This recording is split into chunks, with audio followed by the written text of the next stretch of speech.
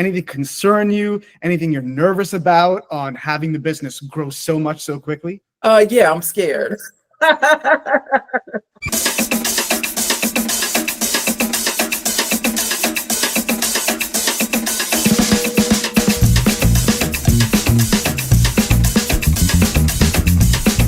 Welcome back to NEMT Experts. I've got the one, the only, Dr. D. Yeah.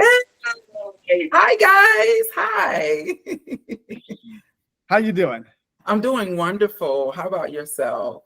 I'm doing wonderful too. You look wonderful. I appreciate that. You like the blue background? I love it all. I love the getup and the background. Okay.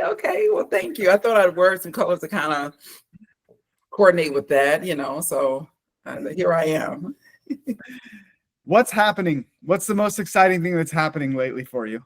Wow. You know what? To be perfectly honest, the most exciting thing that's happened for me lately is when I got a newsletter from MTM and I saw Bambi. I was like, yeah, that's who we are. You know what I'm saying? I know I work with you, you know what I'm saying, on that. And I feel very proud because I feel like the humble beginnings, and so I met you guys very early on in my process. And so I feel like, I've seen you guys grow as well. So I'm super excited about that. Dr. D, you are Team Bambi through and through. Let's do it. Yeah. You were among our very initial set of customers, actually. So let's get into your background and how you started the Right Medical Transportation. Sure thing. Give us the story.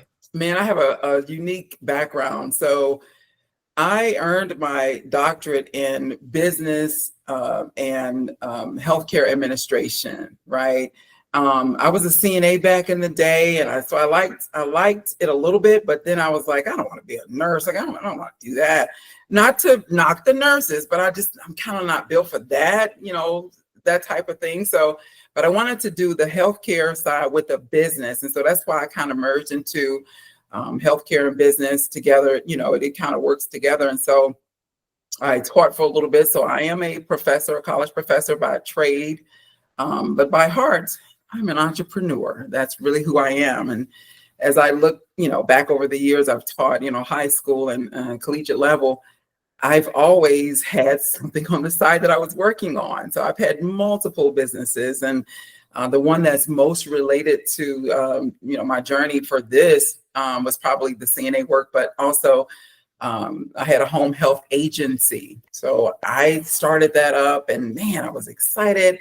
But then COVID happened, and it kind of just threw me for a loop because I'm calling people like, you got to come in, you got to go to people's houses. And they're like, nah, I don't want to go. I'm scared. I don't want to get sick. And the people were kind of afraid for anybody to come in. It was just a lot going on with that, unpredictable situation. And so as I worked with that, I kind of start seeing some issues with people needing assistance getting to and from the doctor's offices. We would get them all set and ready to go.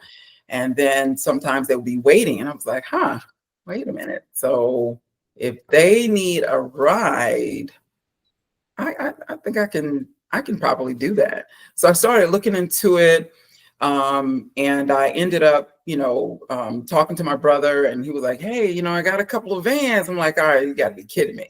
So that's kind of how it started. And I ended up closing down the home health agency after, not being able to fully staff. I was having to go out there a lot, and it was just a lot on me. I was literally wearing every hat, which we often do as entrepreneurs anyway, but I was just wearing way too many hats, and I couldn't do it successfully. And so I thought with transportation, it would be a better merge. And so that's kind of how I started, this business, the Right Medical Transportation. When did you start the Right Medical Transportation? I started in 2021. Okay. So it was still, COVID, but we were a little bit more, understanding about what it was, how it worked and everything. And so it wasn't as scary, if you will. We kind of figured things out, vaccinations and things like that. So I started in 2021. In Charlotte, North Carolina, right? That's right. Yeah, we're in the Queen City out here in Charlotte. And yeah, that's where we are. And that's how we kind of manage. We all over Charlotte. Sometimes we tap the borders of Virginia and South Carolina, because we're very close to South Carolina. So that's we get a few clients out there as well. Okay. 2021, you start.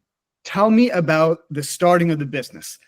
How did it go? Like, what pieces did you have to put in place to actually start doing rides? Who'd you start doing rides for? Tell me about that first month. Oh my goodness. So I was excited because I thought I was going to be a millionaire in like 30 days, but it definitely did not happen that way. So I thought I got the vans because I knew it was kind of getting real. I was like, oh my goodness, I'm really doing this. I don't know what I'm doing. I don't even know what I'm doing. So honestly, I relied a lot on YouTube. I call it YouTube University. Like, you can learn so many things. And I do need to give a shout out to my ladies, MJ Reliable, Transportation, Monica and Jasmine. I mean, those girls are fantastic. They gave us a lot of information about how to start, what to do, little pieces of information here and there. And I was just like plugging into them and a couple other companies, but I started just relying heavily on, MJ Reliable. They were very reliable. So I pulled a lot of information from them. I tease them all the time, like I'm on their team. I've never met these ladies or anything like that, but they help my business immensely. It's just me out here. And so, using that. And then a lot of it was trial and error. You know, I didn't know about pricing. I didn't know what to do with anything. And I'm just like, I don't know. So got the vans. I didn't put both of them on the road because it was just me. I'm still running this whole thing, just me by myself. And so I had one personal cell phone, and I said, well, I need to get another phone because, I want to keep it business. I set up my website. I went on GoDaddy.com and set up my little website. And, I just started managing that way. I was looking at other people's websites and trying to see about pricing. I think the hardest piece of it was pricing. Insurance, those things. But again, looking on YouTube, going to those people who are already NEMT providers, just kind of seeing what are they doing, going to their websites, and just kind of asking questions, trying to figure out what is it, how do I get this thing going? So as you get involved in the business, you kind of understand that, some people become kind of tight-lipped, like they won't just say, here's what we do, and this is what you need to do. So that's why YouTube and going to some of those folks who are just readily giving you this information, you can kind of put it together. And so I would go to nursing facilities, going out there, just talking to people, because I love to talk anyway. I was just talking to folks and trying to figure out who's the scheduler and who's the administrator. And, here's my card. And, I'd love to do transportation with you guys. Here's my van. And I just go out there, market a lot, just knocking on doors, asking people, hey, we want to get going. What can I do to be your preferred transportation company? So they would say, well, we need someone to do stretchers. I'm like, I don't do stretchers. It's just me. We can do it. So I eventually brought on a guy who, one of my drivers, he's still with me today. And, we started doing stretchers and, of course, the wheelchairs and ambulatory as well. We then started to get some contracts with different not home health agencies, but home long-term care facilities. And so we started to do that. Some of them were consistent, some of them weren't. And then, the hardest thing to me was that, when you're starting out and you're small, and mind you, I wasn't really like working anywhere else. I really just kind of put all of my energy focused on the right medical transportation. And, so every dime literally counts. While I had a home office at the time, I didn't have to worry about that. But, we still needed to eat. I still needed to pay my mortgage and things like that. And so I was like, man, these long-term care facilities, they can drag this thing out. Like they're 30 days, 45 days getting paid. And affordability for me, I couldn't afford to do it. I didn't get any loans, didn't want any loans. It just kind of started. And so that's kind of how that started. So the calls, you get a few calls here and there, then it'll stop. So I was like, I can't start marketing. What can I do to kind of get the marketing just jumped off? So I ended up meeting this guy. I got to give him a shout out too, because he told me about you, Chris Buell. And man, he's My just, man, Christopher Buell. Special shout out to Christopher Buell. Yes, He's Christopher on the Buell. Bambi podcast himself as well, and he's helped a lot of Bambi customers to win private pay work with facilities. Oh man, he's awesome, man. He's awesome. He was like, hey, you got to do this, you need to do that. You know, I'm doing this, so you got to do that. And I did that, so you need to do that. So he's just on it. And so at first I was like, man, this guy's gonna be a lot. Like, he's so like a lot. His personality is big, but he really kind of showed me how to market and how to, you know, when to be more assertive and when to kind of wait back and things like that. So we brought him on, and he told me about, you know, Bambi. And you know, at first we were just writing everything down and trying to figure out, like, all right, if I go here first and then to double back and get this trip, oh, then I got to go way across town. It was hard to kind of think in my mind of how to do it, but I was making it happen. It just took me a long time to figure it out. And then once he told me about Bambi, we were able to put those trips in there, and I was like, this is crazy. I'm probably skipping up too fast, too far. Just let me know. Sorry. No, this is great. You're on a roll. Okay. I'm on a roll. So, but yeah, I met Chris, and he showed me even more about, you know, he just had like 1,000 contacts, and, you know, just showing me how to really go through and who to speak to and how to kind of position, you know, a spiel for, you know, folks that, you know, at the hospitals and different places. And I want to put in a little plug here. Anyone who wants to get connected with Christopher Buell, just reach out to Bambi. I'll put you in touch with him. Yeah, he's an awesome guy. He's going to push you. He's going to make your business, you know, go and get your phones ringing. And that's what we want. That's, you know, we're out here to do that. So yeah, definitely big shout out to Chris. It was, I think, early 2024 when Chris put you in touch with Bambi, right? I think so. Yeah. Yeah. Like January, February. Yeah.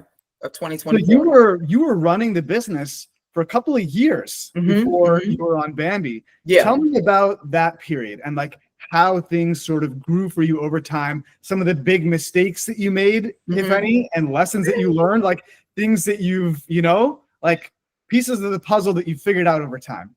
Yeah, you know, sometimes I think I forget about that because I'm always on go. I'm always like, okay, that's resolved. Now what? That's resolved. Now what? You know, I can jokingly say I didn't make any mistakes, but I made a lot of mistakes. And I feel like, again, just relying on, you know, YouTube and again, trial and error. Honestly, a lot of it was mistakes that I know I finally crossed over, was making mistakes with not necessarily scheduling, but you know, how to rate those clients, like the rate. You know, I knew I messed up when they said, oh no, never mind. They just hang up like, oh Lord, what am I doing? So, you know, I had a lot of issues with trying to just get the rate right. It took me a while. I was trying to call around and try to, you know, see, but people were very close-lipped about it. You know, then I had the issues with, you know, the vans and, you know, oh Lord, transmissions and all kinds of stuff. I learned way more learned about a lot more mechanical stuff than I really wanted to know or even interested in, but just having the breakdowns. And, you know, I didn't know that one, you know, van disabled could hurt me financially, you know, so much. And so I went through all of that, and I was like, man, I don't know if I should do this.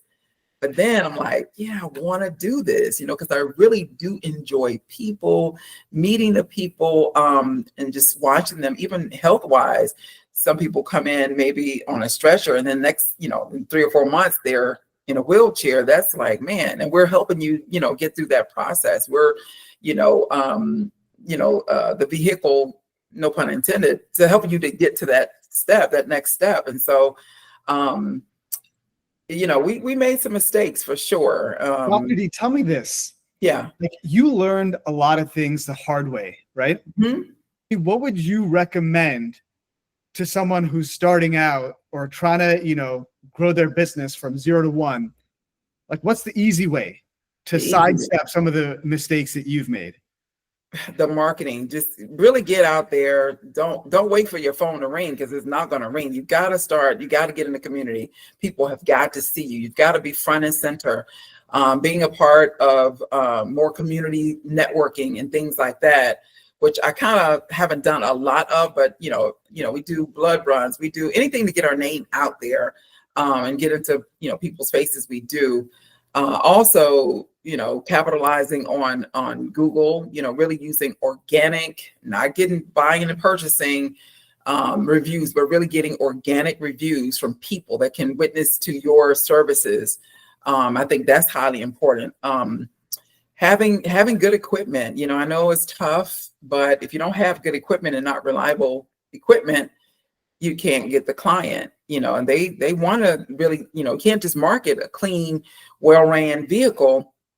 You have to present that because you're taking that to them. So just having the best equipment that you possibly can, and, really honing in and giving good quality service. We pride ourselves in delivering quality service. Sometimes our clients, they'll gift us, or the holidays, they gift us and give us things. And so we pride ourselves on giving, a real good service and making sure that people are completely satisfied with us. We call back, we have another piece that we've added, following back up. Hey, you rode with Charles or Randy last week. How did it go? Oh, I liked it, or the ride was bumpy, or whatever. We call back to get that feedback. That's one extra layer that I don't think a lot of companies are doing, just to check on the people. And if they say, hey, well, we had a good trip, now I can say, no, so is it okay for me to send you this link so you can give us a Google review? So I'm doing a double hit, in one phone call. So we do that as well. People like that. Or, they've called and, did 2 trips that month or 3 trips that month. I got customer service set up now where we offer specials for those clients. We may take a $30, $30, $40 off of that trip, just to let them know, hey, we appreciate it, because we realize that, sometimes it can get a little costly, but we realize that you're coming to us every time, and so some mistakes we've made in the past is that we weren't like giving enough customer service, like really being ourselves and giving true, care for people, because people want that. It's not an easy world out here. So if we can do something to lighten their load, or make them feel happy, feel appreciated, feel like family, feel like a part of us, we do that. We have a debrief with the drivers and kind of talk about different things. We try to do that once a week. And again, kind of getting some feedback. And then sometimes the clients will call in and say, hey, I didn't like da da da da, and we'll try to make it right the next time. So we're just doing a lot more customer service, a lot more soft, fuzzy things, warm, fuzzy things, to make them know that they're appreciated. I probably didn't answer your question, but I just no, Dr. D, this is gold. I hear this all the time. It's actually such low-hanging fruit to just engage with your users. That does so much for your business, to just engage with your passengers, with the patients for riding with your vehicles. How was your ride? Give us feedback. People love that, and it not only helps with your repeat business from those passengers, but it helps those passengers to feel like, yeah, I want to refer other people to the right medical. Like, I have no doubt in your mind that a good amount of your business has come from your existing passengers being so happy with you and referring you to other passengers and other healthcare facilities. Right? Yeah, big time. Because we always ask, well, I always am curious, like, how did you hear about us?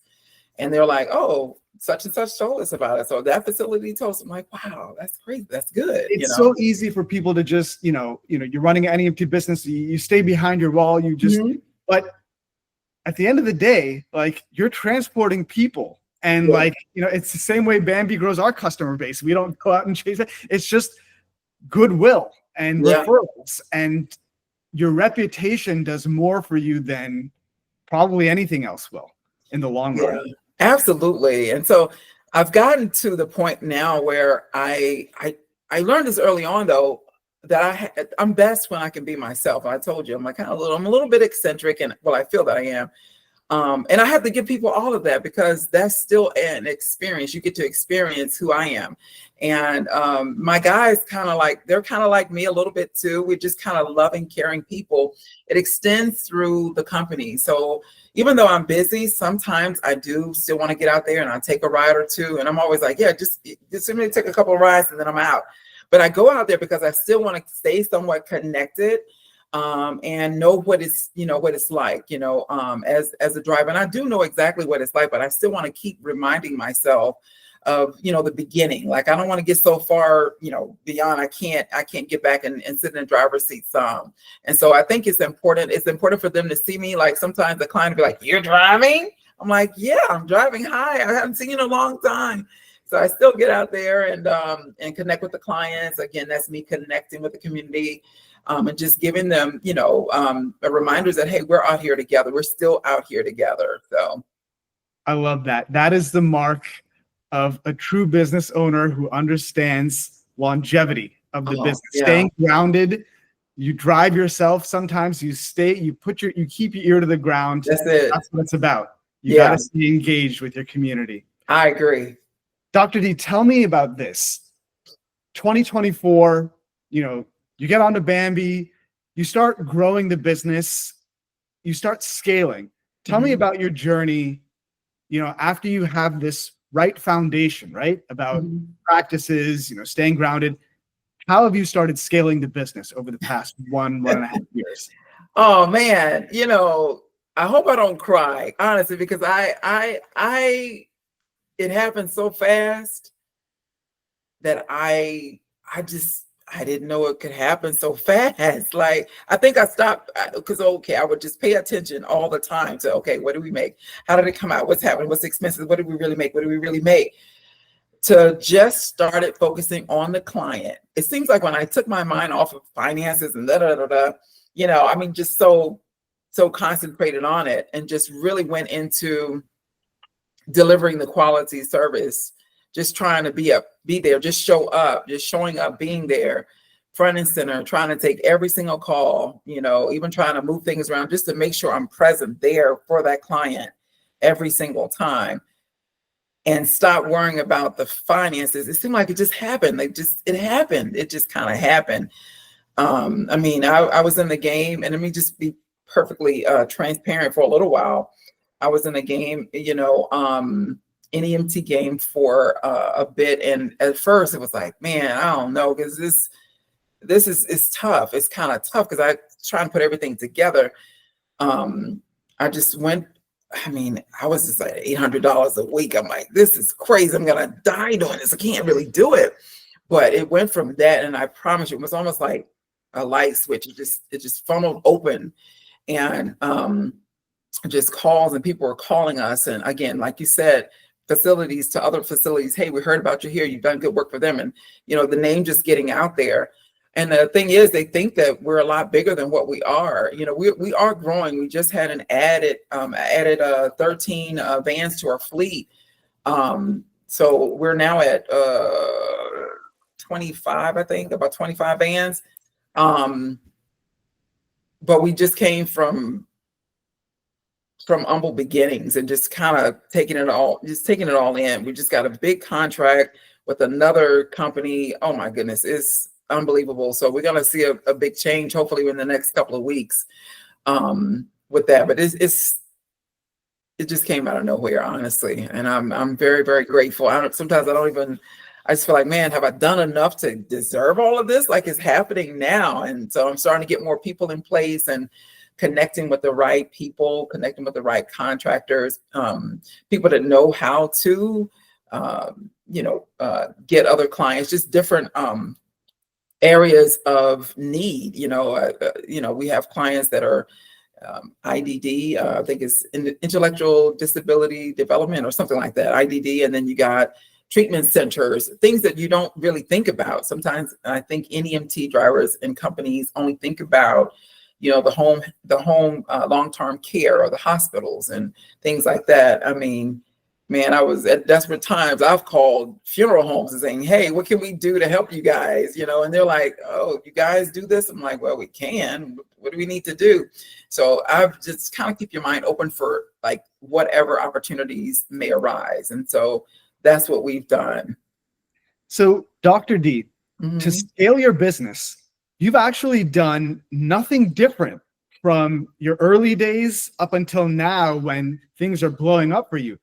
You just did good work, treated your clients with respect, communicated with them, engaged with them, built your reputation, and had referral business. Yeah. And now, over the years that you've been doing this, that referral business has landed you, boom, suddenly some big contracts that are exploding your business. But you've just been doing the same thing all along, just doing good work for your existing customer base. Yeah, that's honestly it. I have not changed anything else, really. It's almost like it's just the phone is ringing, it's coming to me, and we finally got to a point where I was like, I now cannot answer the phone, drive, and do all these other things. So I had to, build a little small team for, customer service. So now I have a small team for that. And it kind of takes me away from the phone thing.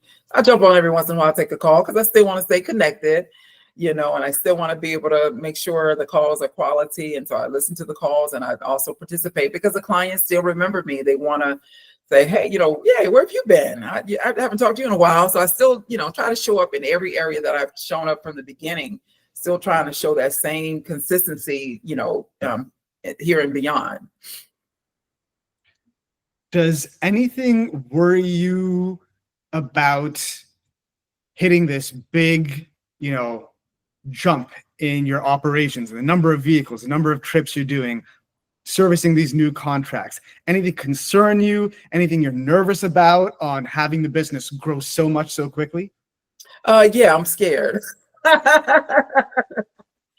I'm scared because I'm a little nervous, honestly, because for one, I guess, you do this and you try to just kind of get in a groove. I was kind of comfortable. Everything's getting paid. I'm fine. And then boom, everything kind of opens up like, wait, what? We don't have. But everything that I said we don't have, things just started coming in. The only piece I probably need to add would be customer service, get a few more people on the phones. But yeah, I couldn't have positioned myself any better for it. Not saying that it was all me, but just having a great team and working together. Of course, God on my side to help me get everything put together. Man, I feel like it's going to definitely be a big change. But one thing I don't want to do, I've seen a lot of people, NEMT companies, they kind of work this, what is it called, with the candle, burning one candle on both ends.